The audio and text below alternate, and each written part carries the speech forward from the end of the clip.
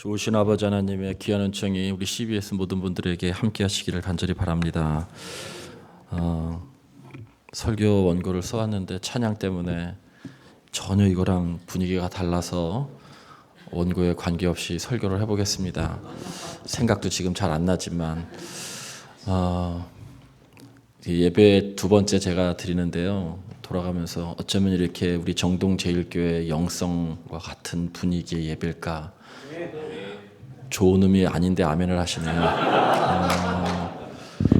저희 교회 이렇게 올라서면 목사님들이, 강사 목사님들이 대단히 힘들어하세요. 이게 아마 눈은 또렷하게 뜨고 계시고, 그리고 반응은 거의 없고, 그래서 대단히 이렇게 막 눌려서 처음에 이렇게 설교들을 많이 하시는데, 제가 처음 왔을 때 그랬어요. 어쩌면 우리 교회랑 이렇게 비슷할까. 근데 오늘도 비슷하다가 우리 목사님이 많이 업을 시켜놔가지고 설교 본문을 설교를 준비해 오기는데 다른 거 좀 해보겠습니다. 생각이 날지는 잘 모르겠어요. 성령님이 인도하심에 따라서. 김홍신이라고 하는 유명한 작가분이 계시죠. 인간시장으로 유명해졌던 그분이 몇 년 전에 어떤 강연장에서 이런 강연을 하셨습니다. 굶어 보면 안다. 밥이 생명인 것을. 목마르 보면 안다. 물이 하늘인 것을. 실직해 보면 안다. 일터가 나가원이었던 것을. 이별해 보면 안다. 그이가 천사였던 것을. 그 앞에 있는 죽음을 닥쳐보면 안다. 내가 이 세상에서 가장 소중한 존재였던 것을. 이 앞에 나와 있는 죽음, 또 이별, 굶주림, 목마름 이런 것들은 여러분 다 죽음과 같은 것이고 죽음인 것이죠. 고통스러운 것이죠. 근데 그것을 경험해 볼 때 새로운 것이 보이기 시작하는 거죠. 여러분 부활도 마찬가지입니다. 복음이라고 하는 것은 고린도전서 15장 3절로 4절의 말씀에 나와 있죠. 여러분 거기에서도 보면 내가 이미 받은 바를 너희들에게 전파하노니 이는 성경대로 하나님께서 우리의 죄를 위하여서 예수를 십자가에 죽으시고 달려 죽게 하시고 장사 지낸 바 되셨다가 사흘 만에 살아나게 하셨다. 이게 복음의 핵심이죠. 복음은 다른 것이 아니라 그 바로 고린도전서 15장 3절 4절이 복음이에요. 우리를 위해서 십자가에 달려 죽으신 예수님, 그리고 부활하신 예수님 가운데 완전한 죽음이 있어요. 장사 지낸 바 되었다가. 그러니까 완전한 죽음이 없으면 사실은 이 소망의 부활, 우리들에게 진정한 부활이 없죠. 우리가 왜 부활을 경험하지 못하냐면 바로 죽음을 경험하지 못하기 때문에 그래요. 설 죽거나 죽지 않거나 하기 때문에 그렇죠. 김홍신 작가님의 말씀처럼 여러분 우리가 정말 굶주려보고 목말라보고 이별해보고 죽음에 닥쳐보고 그런 것들을 경험해 볼 때에 새롭게 눈이 떠지고 그때 비로소 새로운 존재로 태어나는 것이거든요. 그것이 부활이거든요. 그러니까 죽지 않고서는 사실은 부활을 경험하기 어렵죠. 그런데 우리의 신앙생활, 우리들이 CBS를 이끌어 나가는 동안, 제가 목회하는 동안 늘 좋은 일만 있기를 원하죠. 그러나 사실은 인생은 좋은 일도 있고 슬픔도 있습니다. 어떤 길은 생명의 길도 있고 사망의 길도 있죠. 이것이 혼재하는 거예요. 사실 그 혼재하는 것을 받아들여야 되는 것이죠. 없기를 바라지만 반드시 존재합니다. 슬픔이 존재하죠. 여러분, 슬픔을 받아들일 줄 아는 인생이어야 타인에 대한 슬픔에 대해서 공감하고 자기도 성숙한 인간이 되는 거죠. 슬픔에게도 공간을 내 인생에 비워두고 받아들여야 내가 성숙한 인간이 되는 것이죠. 성경에서도 여러분 잠언서에 유명한 말씀이 있어요. 잠언서 6장 25절 말씀과 14장 12절 말씀에 어떤 길은 사람이 보기에 필경 바르나 그것이 사망의 길일 수 있다라고 말씀하죠. 두 번 똑같이 말씀해요. 이렇게 가는 길이, 이 선택이 생명이다라고 선택을 했는데 가보니까 사망의 길이었다는 거예요. 그럴 때 많죠. 여러분, 그만큼 우리의 인생길은 사실은 알 수 없어요. 그래서 많은 사람들이 미래에 대해서 불안해하고 현재의 슬픔에 대해서 고통스러워하기 때문에 여러분 결정하는 믿지 않는 사람들이 하는 것이 바로 점치는 거죠. 요즘 우리 젊은이들이 타로 같은 거 많이 보고 MBTI 많이 하죠. 저는 예수 믿었던 제가 첫 번째 저희 집안의 사람이어서 저희 어머니가 저희 어렸을 때 저희 자녀들을 위해서 점을 많이 봤어요. 제가 아직도 기억나는 것이 어렸을 때 계속 저에게 이렇게 얘기하셨어요. 점을 보고 오시면 영태야, 4남매 중에 네 점이 제일 좋아. 늘 이렇게 얘기하셨어요. 저희 어머니 지혜로우셔서 또 형한테 가서도 똑같이 그렇게 얘기했었을지 모르겠는데 제일 좋다고 얘기하면서 저에게 얘기하셨던 것이 너 77살까지 산대. 77살에 이제 죽는다는 거죠. 바꿔서 얘기하면. 그 중에 정말 아름다운 아내, 지혜롭고 아름다운 아내를 맞이하고 아들 하나, 딸 하나 낳고서 77세까지 산다는 거예요. 맞는 것 같아요. 저 아름답고 지혜로운 아내가 있고요. 아들 있고 딸이 있어요. 이제 77세에 죽기만 하면 돼요. 이제 이게 안 맞게 하기 위해서 하나님이 저를 77세 전에 죽게 하시든지 후에 죽게 하시든지 하겠죠. 여러분, 불안하면 점을 치죠. 실제로 그렇습니다. 저희 교회에 새가족 중에, 제가 부목사를 했었던 새가족 중에 명예권사님으로 이제 하나님의 나라를 가셨던 이순옥 권사님이라고 하는 분이 계세요. 20대 때 좋은 여대를 나오셨는데 결혼하시고 난 다음에 남편이 일찍 아이를 이렇게 출산하시고 남편 일찍 하나님 나라에 소천하셨어요. 부름을 받았어요. 이분이 생계를 유지하기 위해서 선택한 방법이 뭐였냐면 주역을 배우는 거였어요. 그리고 한평생 다른 사람 점을 쳐주셨어요. 근데 너무 유명해가지고 이제 이쪽 세계에는 발을 이렇게 끊으셨다가 점치로 나중에 저희 교회 다시 수십 년 만에 다시 예수를 믿고 돌아오셨을 때에는 이미 신앙은 하나도 없으셨고 명성만, 점 치는 것으로 명성만 높으셨던 분이에요. 수요 예배를 드리면 기업의 총수까지는 아니어도 뭐 사장님, 연예인들 어머니로 모셔서 그 어머니께 인사하려고 오시고 가끔 또 점도 치러 오세요. 그러면 정말 힘든 게 뭐냐면 점 치러 오셔가지고 그 복채를 주시잖아요. 그럼 이분이 또 그걸 받아갖고 헌금을 하시는 거예요. 그럼 우리 부목사들끼리 이게 헌금으로 하나님 앞에 드려도 되는 거냐 마는 거냐 농담 삼아 이렇게 하셨던 분이 있어요. 그런데 그분이 저만 보면 천 목사는 나중에 45되면 훌륭하게 될 거야. 그렇게 계속 얘기하셨어요. 그때 제가 41살 뭐 이럴 때였어요. 천 목사는 부목사들 중에 제일 훌륭하게 될 거야. 맞았잖아요. 제가 CBS 이렇게 와서 설교하는 정도면 유명해진 거죠. 계속 그렇게 얘기하시면서 신방을 갔는데 제가 말씀을 한 10분 정도 전하고 난 다음에 그분이 저를 신방하더라고요. 언제 태어났어? 몇 월생이야? 뭐 이런 걸 계속 묻는 거예요. 연생월 시간까지 다 얘기하시는 거예요. 근데 이야기를 안 할 수가 없었어요. 그분이 전제 조건으로 사람들이 자꾸 나를 점장이라고 보고 있지만 나는 공부를 한 거야. 주역을 공부한 거야. 오래도록. 이것은 철학인데 이렇게 얘기하시는 분에게 도무지 저의 생년월일과 시간을 얘기하지 않을 수 없어요. 얘기 안 하면 실망할 것 같아서 더더군다나 새가족인데 어른이신데 한 70대 후반 정도 되셨거든요. 어쩔 수 없이 다 얘기했죠. 그러고 난 다음에 본인이 다 적고 난 다음에 며칠 있다 오라는 거예요. 내가 다 적어놔서 사주를 풀이해 주겠다고.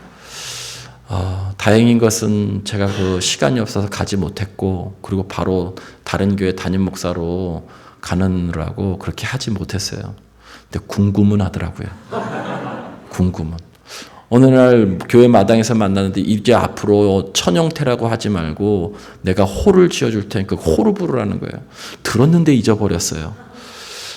그것까지 알았으면 제가 더 크게 됐었을 텐데.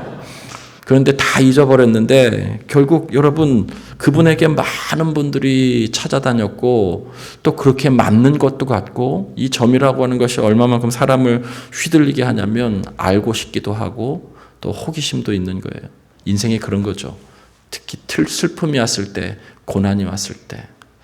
요즘 시대가 불안하니까 어느 때보다도 타로, MBTI 점도 여전히 많이 칩니다. 제가 2000년 초반에 통계를 봤더니 전국 교회에 내는 헌금과 헌금보다 더 많은 것이 여러분 복채라고 하더라고요. 점치는 것. 상상을 초월할 정도로 그런 쪽으로 많이 우리의 미래와 염려들을 알고 싶어 하죠. 다윗에게도 그런 마음이 있었어요. 사실은 불안하고 힘든 마음. 오늘 여기 성경 말씀에 보면 시편 16편의 이 말씀은 여러분 다윗이 스오릴 사망 이런 단어를 나누는 거 보니까 죽음과 같은 그런 고통스러울 때 하나님 앞에 썼던 거예요. 그에게도 유혹이 있었었는데 그 유혹이 어떤 것이었냐면은 혼합주의 종교 제사에 대해 피해 제사에 대한 그러한 유혹이 왔어요. 누군가 주위에서 이야기했겠죠. 다른 어떤 제사를 좀 드려보십시오. 이렇게 힘들고 어려울 때.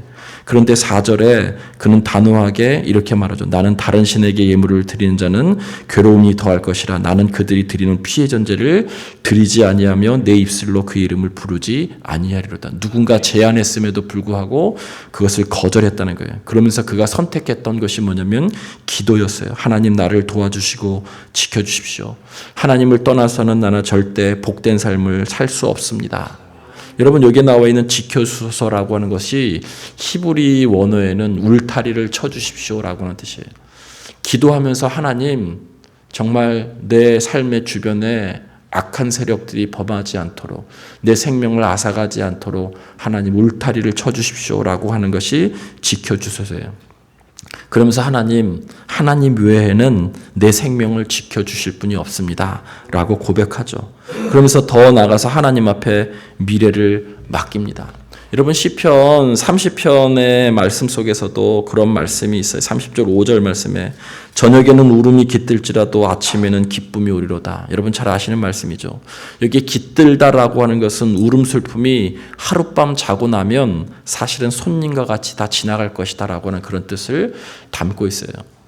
철학자인 키에르케고르라고 하는 사람도 얘기했죠. 이 세상에 염려라고 하는 질병을 만드는 생물은 인간밖에 없다는 거예요. 아무리 높이 나는 새도 멀리 바라보지만 내일은 볼 수 없다는 거예요. 그래서 염려가 없다는 거예요. 새가 높이 올라서 멀리 보지만 내일은 볼 수 없다. 그 새에게는 그래서 염려가 없다. 그래서 예수님이 공중나는 새를 보라 라고 이야기하는 거죠. 염려는 우리 인간만 하는 거죠. 닥치지 않을 염려를. 이 상황 가운데에서 아마 다윗도 염려했음에도 불구하고 사망과 같은 수월과 같은 지옥과 같은 지금 삶의 상황, 죽음의 공포의 상황에서 주위 사람들이 다른 것을 좀 해보십시오. 오늘날로 이야기하면 다른 종교를 선택하든지 점을 쳐보든지 이렇게 해보십시오라고 하는 것을 다 거부하고 그가 선택했던 것은 그 상황에서 기도밖에 없었다는 거예요. 기도. 죽음의 상황 가운데서 그가 기도를 선택했죠. 그런데 오늘 본문 말씀에서 정말 중요한 것이 있는데 그 기도를 통해서 그가 얻은 신앙 고백이 6절이에요. 내게 줄로 재어준 구역은 아름다운 곳에 있으며 나의 기업은 실로 아름답도다. 여러분 이것은 다윗의 고백이기도 하고 이스라엘 백성들의 고백이기도 해요. 줄로 재어준 구역은 나의 아름다운 기업. 이 기업은 뭐냐면 여러분 이스라엘 백성들이 12지파들이 여러분 특별히 11지파죠. 레위 지파를 제외하고 가나안 땅에 들어가서 제비를 뽑아서 여호수아서 14장 2절에 제비 뽑아서 얻게 된 땅들을 얘기하는 거예요. 땅의 분배. 하나님께서 분배해 주신 그 땅, 그것이 자신의 평생의 기업이고 자신의 자손들에게 기업이죠. 이것은 정말 아름답습니다. 제비를 뽑았지만 자기들이 선택한 것이 아니죠. 제비를 뽑아서 어떤 지역을 얻게 됐는데 그 지역이 내게는 정말 하나님이 내게 주신 아름다운 구역이라는 거예요. 그런데 여러분 잘 생각해 보세요. 가나안 땅 전체가 다 옥토가 아니에요. 요단강 주변에 있는 그 곳은 비옥한 옥토예요. 사회적으로 내려면 박토예요. 농사하기 어려운 곳이에요.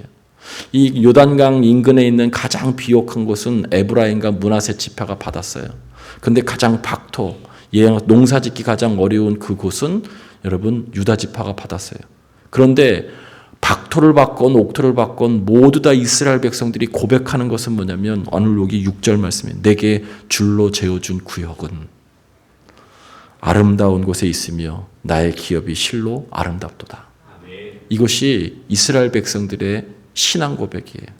이것이 다윗의 신앙 고백이에요. 지금 내 처한 삶이 어떻든 간에 이것도 하나님이 주신 거라는 거예요. 옥토를 주셨든 박토를 주셨든 이것은 하나님이 주신 거예요. 내가 견뎌낼 수 있든 이 시험을 이기든 어떻게 해서든지 하나님이 감내해낼 수 있는 힘을 주셨기 때문에 나에게는 이 박토를 주셨고 또 어떤 사람에게는 옥토를 주셨다는 것이죠. 신앙 고백이 신앙 고백. 진정한 회복은 회심은 주인이 바뀌는 거죠. 주인이 바뀌는 게 삶의 주인이. 주인이 내게 무엇을 주셨을 때에는 주인의 뜻에 따른 거죠. 그때에는 하나님의 그 주인의 뜻이 있기 때문에 그것을 순종함으로 받는 것입니다. 그것이 옥토든 박토이든. 여러분 그런데 우리는 그 주인을 인정하지 않으려고 하죠. 삶이 어려워지면 왜 내게 이런. 물론 질문은 할 수 있지만 거기 안에서 하나님의 뜻을 찾는 것이죠. 저는 그것이 진정한 회개라고 생각합니다. 주인의 주인됨을 인정하는 것. 여러분 이것이 안 되기 때문에 우리들에게 슬픔이 오거나 어려움이 오거나 그러한 어떤 고통이 올 때 다른 길을 자꾸 선택하려고 하는 주인을 바꾸려고 하는 행위를 하게 되는 것이죠. 바로 이 시대가 이렇게 힘들고 어려운 이유는 다른 것이 아니라 바로 이 주인됨을 회복하지 못했기 때문에 그래요. 내가 뭘 해보려고 하고 또 어떨 때는 내 상황을 짜증내기도 하고 또 어떤 이 상황 가운데에서 이것을 극복해 보려고 기도가 아니라 다른 것을 선택했기 때문에 그렇죠. 다시 돌아와야 됩니다. 기도로 다시 돌아오고 하나님이 우리의 삶의 주인인 것을 여러분 고백하고 돌아오는 거예요. 여러분 오늘 이 시편 160편을 성경을 가지고 계신 분들은 알겠지만 거기에 대개 보면 다윗의 시 뭐 이렇게 나와 있는데 믹담이라고 여기 나와 있어요. 믹담은 신비라고 하는 뜻이에요. 이 믹담이라고 하는 것은 지혜 중의 지혜라는 거예요. 뭐가 지혜 중의 지혜냐? 바로 이 6절 말씀 때문에 그래요. 내게 주어진 것이 옥토든 박토이든 하나님의 뜻에 따라서 내게 주신 것이다라고 하는 것을 인정하는 것, 주인됨을 고백하는 것. 여러분 그것이 바로 신앙 신비예요. 신앙 고백이죠. 제가 정동제일교회 부임했을 때 부목사로 처임 부임했을 때 저희 아버님이 제가 사업이 다 망하셔가지고 거의 어려웠었을 때예요. 저희 아버님이 저에게 그 미국에 가서 공부 좀 했으면 좋겠다고 얘기했더니 도와주겠다고 그렇게 하셔서 그 말 믿고 미국을 건너가자마자 저희 집에 전 재산이 부도 나가지고 첫 달부터 아무것도 받지 못했어요. 저희 아버님이 이제 숨기고 계신 거죠. 가능성이 있다고 생각했는데 결국 부도가 나버렸어요. 3년 동안 미국에서 하나 받지 못하고 이제 되돌아왔는데 저희 아버님이 건축을 하시는데 저희 누님은 그 집을 좀 이렇게 주시고 저희 결혼할 때 저희 동생도 아파트를 몇 채 좀 주고 저희 아버님이 어디서 들었는지 신앙이 별로 좋지 않으신 분이 누군가에게 이렇게 교회 다니면서 드렸다는 거예요. 목사는 부자가 되면 타락하기 때문에 유산을 줘도 늦게 줘야 된다고.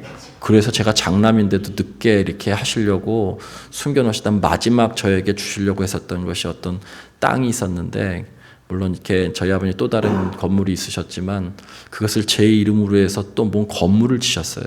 근데 이게 부도나면서 연쇄 부도가 나서 저희 재산들이 다 이제 없어졌는데 땅 주인과 건축주가 저여가지고 제가 그것 때문에 뭐 대출도 받고 했었는데 이 모든 것이 결국 다 저에게 돌아왔었던 거예요. 교회 처음 와가지고 통장을 월급을 준다고 통장을 열으라고 그래서 통장을 열고 그러고 난 다음에 신용카드를 좀 해달라고 그랬더니 그 은행 직원이 이렇게 쳐보더니 신용카드를 못 만든다는 거예요. 그러니까 부도가 나고 뭐가 문제가 있는데 아직 명확한 처리가 안 되어져 있기 때문에 그러니까 얼마나 더 걸려 있나요? 그랬더니 약 3억 정도가 아직도 더 걸려 있다는 거예요. 그러니까 이게 은행에서가 아니라 흔히 이야기하는 사채, 자산공사라고 이름은 좋은데 그런 거에서 넘어가 있는 거예요. 걸려 있기 때문에. 여러분, 한 부목사가 3억 갚는 거 그거 되게 쉽지 않는 거거든요. 그 3억이라는 얘기에 어두움이 밀려오더라고요. 통장은 만들 수 있고 하는데 신용카드 만들기 어렵다는 거예요. 경제생활이 이제는 어려워졌어요. 저희 아버님은 다 해결됐다라고 그렇게 얘기해서 공부도 딱 맞춰서 들어왔는데 그 불안함과 공포가 엄습해 오는데 말로 형용할 수 없는 거예요. 은행에 갔다 온 그 첫 주에 부임한 지 한 달 됐는데 첫 주에 일부 예배 때 장로님이 나오셔서 특송을 하시더라고요. 그것이 최시연의 아버지 분이에요. 노래도 잘하시는데 그분이 어떤 찬양을 했냐면 온맘 다해라고 하는 찬양을 헌금송을 하신 거예요. 2절 나 염려하지 않아도 내 쓸 것 아시고 나 오직 주의 얼굴 구하게 하소서. 다 이해할 수 없을 때에도 얼마나 짜증나는지 몰라요. 다 이해할 수 없을 때라도 지금 이 상황을 저도 이해할 수 없어요. 그런데 그 다음이 뭐예요? 다 이해할 수 없을 때라도 감사하며 날마다 순종하며 주 따르오리다. 온 맘 다해 찬양합니다. 온 맘 다해 사랑합니다. 그런데 그날 그 찬양이 제 마음속에 모든 근심과 염려를 다 해소시켜 주더라고요. 나 이해할 수 없을 때라도 찬양하며 날마다 순종하며 따르오리다. 온 맘 다해 찬양합니다. 여러분, 그 신앙 고백이 6절이에요. 내게 줄로 재어준 구역. 딱 맞게. 아니 어떻게 박토를 바꿔서 농사하기 어려운 그것을 바꿔서 이것이 딱 맞는데 줄로 재어준 구역인 거예요. 더 나가서 뭐예요? 하나님께서 내게 주신 아름다운 기업이라는 거예요. 세상 사람들은 이 고백을 받아들일 수 없어요. 근데 신앙 고백이라고 하는 것은 세상 사람들은 이해하지 못하지만 나는 그냥 그렇게 고백한다는 거예요. 세상 사람들은 홍해가 갈라진 것 이성적으로 과학적으로 이해하지 못하지만 나는 믿는다는 거예요. 그것이 신앙 고백이에요. 여러분, 가장 힘들고 어려울 때 우리가 해야 될 고백이 바로 여기 나와 있는 것. 내게 줄로 재어준 구역은 아름다운 곳에 있습니다. 여러분이 지금 힘들고 여러분이 지금 하시고 있는 것이 힘들고 어렵다 할지라도 여러분이 사장님이 CBS가 힘들고 어렵다 할지라도 제 목회가 힘들고 어렵다 할지라도 하나님이 여기가 내게 줄로 재어준 구역에 보내신 거예요. 그리고 아름답다고 하셨고 내게 기업으로 주신 것이죠. 아름답다가 2번이나 나왔다는 게 토부, 좋다는 뜻이에요. 하나님 보시기에 너무 좋고 적합하다는 뜻이에요. 여러분, 생명의 길은 다른 것에 있잖아요. 오늘 그래서 시편 이 16편 맨 마지막에 그렇게 10절에도 내 영혼을 수월해서 버리지 아니하시며 주의 거룩한 자의 멸망에서 지킨다라고 그렇게 말씀하시면서 맨 마지막에 내가 그래서 주의 생명의 길을 내가 따르겠습니다. 주님 내게 생명의 길을 알게 해 주십시오라고 그렇게 11절에 고백하면서 이 말씀이 끝납니다. 여러분, 지금 한국교회, 한국의 경제, 한국의 정치적인 상황 모든 것이 어려울 때 우리가 다시 회개 기도를 한다고 했을 때 정말 회개 기도를 해야 될 중심, 핵심은 뭐냐면 나의 신앙 고백이죠. 하나님의 주인됨을 정말 고백하는 것. 저는 거기에서부터 진정한 회개가 이루어진다고 믿습니다. 저와 CBS 모든 분들이 그러한 하나님의 주인됨을 회복함을 통해서 다시 한번 CBS가 지금도 잘하고 계시지만 큰 역사와 부흥이 있게 되기를 주님의 이름으로 간절히 축원을 드립니다.